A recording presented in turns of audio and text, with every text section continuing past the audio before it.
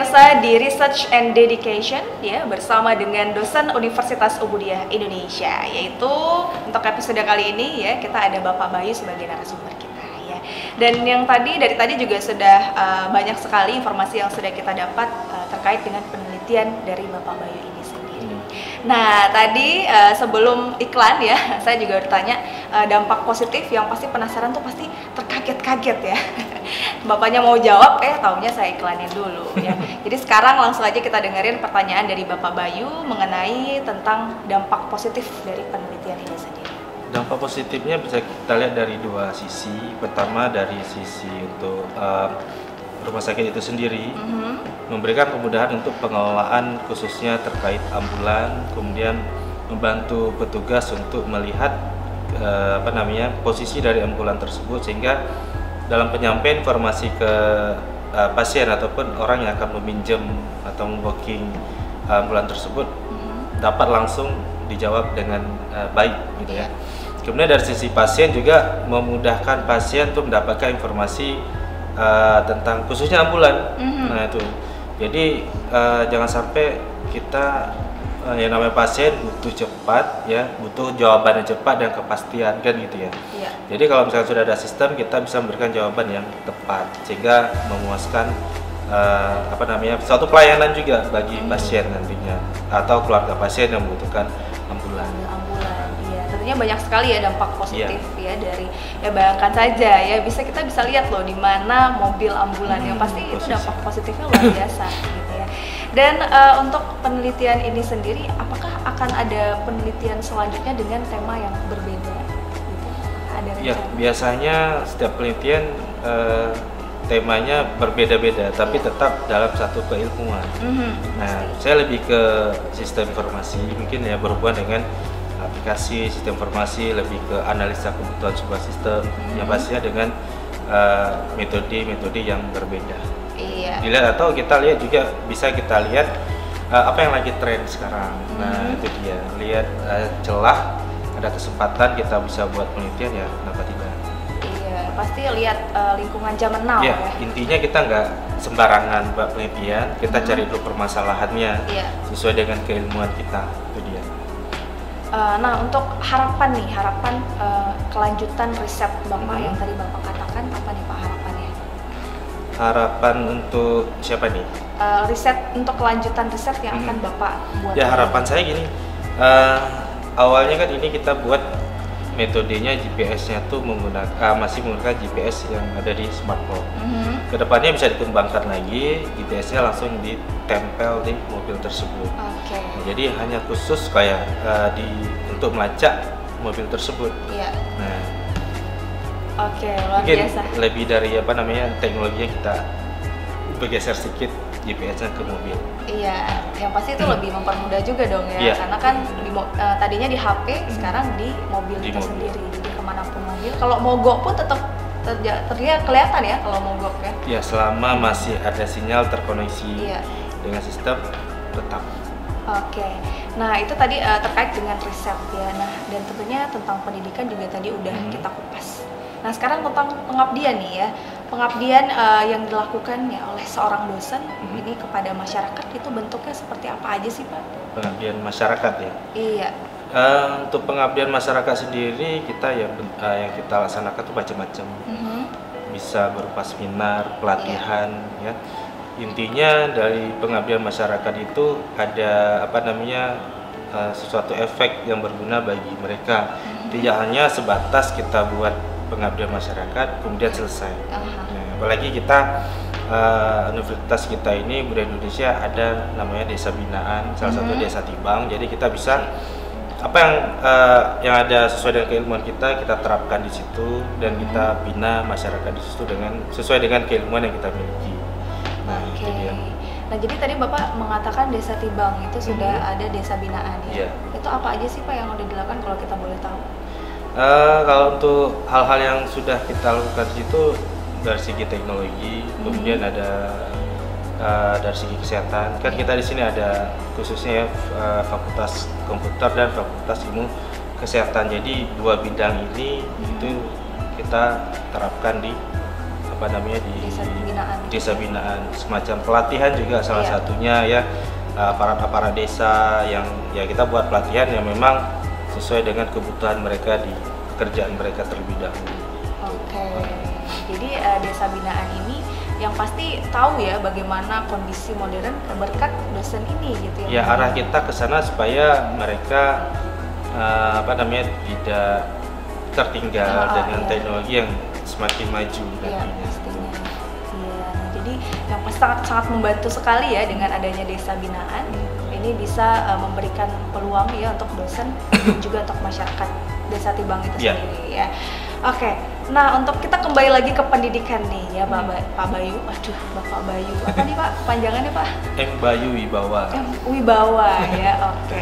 Bapak Bayu ini tentunya sebagai dosen UI dan juga sebagai mungkin yang membangun desa binaan ini siapa Pak kalau boleh tahu? Membangun desa binaan artinya gitu. Pertama kali menciptakan itu. Kok ada gitu desa binaan di desa? Itu kerjasama kita dengan apa namanya dari pihak kampus dengan desa. Nah, jadi kita sebagai seorang akademisi di sini itu menjadi apa namanya tanggung jawab kita juga untuk bisa membangun desa tersebut. Nah, ya apa yang bisa kita lakukan artinya dengan sesuai keilmuan kita terapkan di situ. Oke, nah tadi saya juga udah mengatakan bahwasannya kita balik lagi ke pendidikan, yaitu kita mau tahu juga bagaimana tanggapan Bapak Bayu ini mengenai pendidikan yang ada di Aceh gitu khususnya. Untuk apa sih yang harus dibenahi gitu Pak? Untuk pendidikan di Aceh sendiri. Ini menurut pandangan saya ya. Iya, boleh. Pandangan saya mungkin dari segi apa namanya lebih ke kalau untuk pembelajaran khususnya di sekolah SD, SMP, SMA mungkin lebih ke metode pembelajaran ya. Nah, dulu waktu saya masih sekolah itu apa sifatnya textbook dan tulis papan. Mungkin hal seperti ini masih juga sering dilakukan itu masih banyak. Artinya kita harus bisa apa namanya mengikuti perkembangan sekarang ini, bisa kita merubah sedikit ke model digital ya. Jadi pembelajarannya sudah dalam bentuk digital ataupun ya seperti e-learning ini, kenapa tidak? Nah, seperti itu. Contoh kalau misalkan anak SD mungkin untuk daya pikirnya lebih cenderung suka mendengar, melihat dan menonton. Jadi kalau pembelajaran dalam bentuk animasi, ada karakternya, mungkin itu lebih menarik dan lebih masuk ke mereka karena sifat mereka masih ada sifat yang main-main di situ ya, kanak-kanak lebih ke main-mainnya. Nah, jadi kalau dipaksakan untuk harus textbook itu mungkin agak sulit. Tapi kalau dalam bentuk digital, dalam bentuk animasi sesuai dengan materi itu mungkin akan lebih menarik lagi. Pasti anak-anak suka yang menarik-menarik ya, senang dia ya. Dulu pakai kapur lagi ya, papan tulis pakai kapur, aduh banyak sekali putih-putihnya, akhirnya dicoret itu di muka teman-temannya. Aduh jahil ya, nggak boleh dong itu kan. Tapi sekarang udah zaman now ya, udah pakai spidol, tentunya udah pakai digitalisasi luar biasa sekali sekarang. Nah itu kan berarti udah zamannya 4.0 ya. Nah bagaimana sih tanggapan Bapak Bayu terkait dengan industri 4.0 itu sendiri? 4.0 industri 4.0 udah mungkin sekarang eranya 4.0, industri 4.0. Jadi yang dikatakan dengan industri 4.0 itu sebenarnya kolaborasi teknologi cyber dengan teknologi otomatisasi. Jadi konsepnya itu sifatnya otomatisasi yang semuanya itu dikerjakan tanpa lagi menggunakan tenaga manusia. Contohnya misalkan pabrik-pabrik besar sekarang ini mau di luar dan di Indonesia juga sudah banyak. Artinya di pabrik itu untuk tenaga kerja manusia sudah sangat kurang, sudah digantikan dengan robot cyber ataupun robot. Nah, jadi kenapa banyak perusahaan beralih ke model seperti itu? Pertama dari efisiensi waktu pengerjaan, yang kemudian dari segi biayanya. Nah, jadi setiap bulan mereka hanya maintenance cyber tersebut, robot-robot tersebut, dan produksinya juga lebih besar, keuntungannya juga mungkin lebih banyak.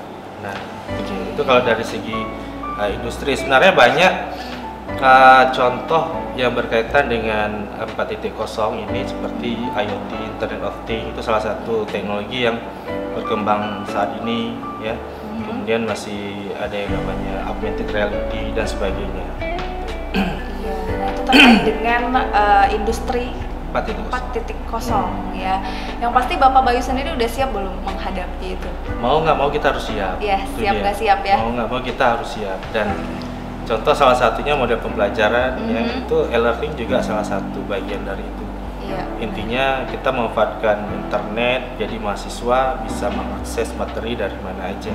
Iya. Jadi yang dikatakan industri 4.4 itu nggak semuanya tentang robot, tidak. Iya, oke. Iya, jadi kemudahan, sesuatu kemudahan yang dapat dirasakan oleh manusia itu. Nah, iya, nah yang pasti mungkin masyarakat Aceh juga yang pastinya khususnya mahasiswa nih ya, pas ngedengerin industri 4.0 rasanya wah, duh gimana nih? Padahal mungkin apa sih yang mungkin Bapak juga bisa kasih tanggapan bagaimana sih mahasiswa UUI sendiri di Universitas Budaya Indonesia ini siap nggak sih mereka itu menghadapi industri ini 4.0? Seperti yang sebelum saya katakan tadi, mau nggak mau mereka harus siap. Karena itu udah tuntutan zaman ya. Tuntutan zaman, mau nggak mau mereka harus siap. Nah, jadi kita sebagai pembimbing mereka, pengajar mereka, memberikan hal-hal yang memang mendukung untuk menghadapi era industri 4.0. Kedepannya bisa jadi yang bekerja itu tidak lagi manusia, tapi lebih ke cyber, robot-robot. Artinya peluang mereka itu tipis di situ kan, tapi tidak menutup kemungkinan untuk mereka berkreasi. Nah, itu bisa menciptakan hal-hal yang baru. Itu dia. Seperti contoh kayak industri kreatif dan sebagainya. Jadi tidak selalu buruk ya 4.0 ini. Jadi ada dampak positif yang bahkan sangat banyak. Jadi sebenarnya menuntut kita untuk belajar lebih jauh lagi tentang hal yang baru. Padahal lebih unik lagi ya Bapak ya untuk industri 4.0 ini. Jadi coba pelajari lebih dalam ya. Seperti apa sih yang pasti kita harus menghadapi industri 4.0 ini. Karena mau nggak mau ya semuanya pesan makanan pakai internet gitu ya, udah online, semuanya sudah online, makan online, apalagi online ya, semuanya online gitu ya. Jadi harus kita hadapin industri 4.0 itu sendiri. Nah, udah banyak sekali ya pemirsa dari tadi informasi yang sudah kita kupas ya, dan tentunya di program Research and Dedication ini ya. Dan untuk pertanyaan terakhir nih Bapak Bayu ya, sebelum segmen ini berakhir, ini pesan untuk rakyat Aceh dan khususnya mungkin untuk mahasiswa UUI ini sendiri, Universitas Budaya Indonesia, pesannya. Pesan dari segi apa nih? Dari segi pendidikan, pengabdian, ya, dan research. Khususnya untuk mahasiswa muda dulu ya sebelumnya. Intinya kita kuliah itu bukan hanya sekedar kuliah, datang, belajar, kemudian pulang. Jadi kita kuliah itu harus punya tujuan. Itu dia. Kenapa kita kuliah di jurusan Teknik Informatika, tujuan kita tuh apa? Jadi harus jelas tuh yang harus ditanamkan terlebih dahulu di diri mereka masing-masing. Ya. Dan belajar tidak hanya pada saat di kelas. Mereka bisa belajar di mana aja. Apalagi sekarang di mana kita duduk bisa belajar ya. Intinya informasi sekarang tuh ada di ujung jempol. Jadi semuanya ada. Jadi manfaatkanlah teknologi itu sebaik mungkin untuk pengetahuan dan sebagainya. Nah, untuk masyarakat Aceh sendiri mungkin kedepannya yang berhubungan dengan teknologi ini kan akan semakin maju terus, dan saya yakin juga masyarakat kita di sini sudah pintar ya, sudah bisa memanfaatkan teknologi yang sedang berkembang sekarang ini. Contohnya seperti UKM yang ada di Banda Aceh, proses penjualannya sudah online. Nah, jadi tidak cara manual lagi, tapi tetap yang namanya tradisional itu tetap ada. Nah, itu dia, itu khususnya. Jadi intinya kita harus melek dengan teknologi yang berkembang, itu dia, supaya kita tidak ketinggalan. Kalaupun kita tidak bisa menguasai, paling nggak kita tahu apa yang berkembang sekarang ini. Nah, itu dia. Iya, nah luar biasa sekali tadi ya harapan dan juga pesan ya dari Bapak Bayu sebagai dosen Universitas Budaya Indonesia. Tentunya pesan yang ditujukan kepada mahasiswa dan juga masyarakat Aceh luar biasa ya. Kita harus terus mengikuti industri zaman sekarang, zaman seperti apa. Jangan ketinggalan zaman karena kita nggak tahu apa yang ada di depan kita. Jadi kita harus mengetahui lebih luas apa sih dunia ini sebenarnya. Oke, kalau gitu pemirsa ya, nggak kerasa ya sudah di penghujung acara, tentunya di program Research and Dedication bersama saya Syarifah Enlol, dan tentunya untuk episode kali ini ada Bapak Bayu ya sebagai dosen dan juga Ketua Prodi dari Teknik Informatika. Ya, kalau gitu kita berdua pamit ya pemirsa, saya Syarifah Enlol dan Saya Bapak M. Bayu Wibawa. iya, kami pamit. Wassalamualaikum warahmatullahi wabarakatuh. Waalaikumsalam.